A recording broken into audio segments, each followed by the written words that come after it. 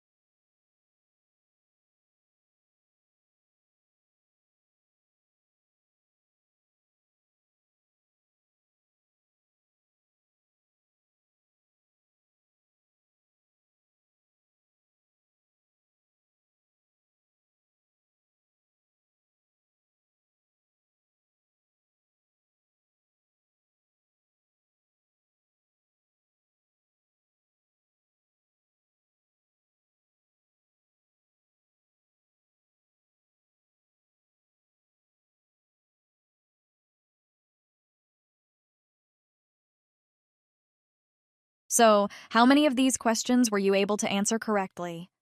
If you have any questions about this lesson, reach out to me in the comments section and I will get back to you. See you in the next lesson.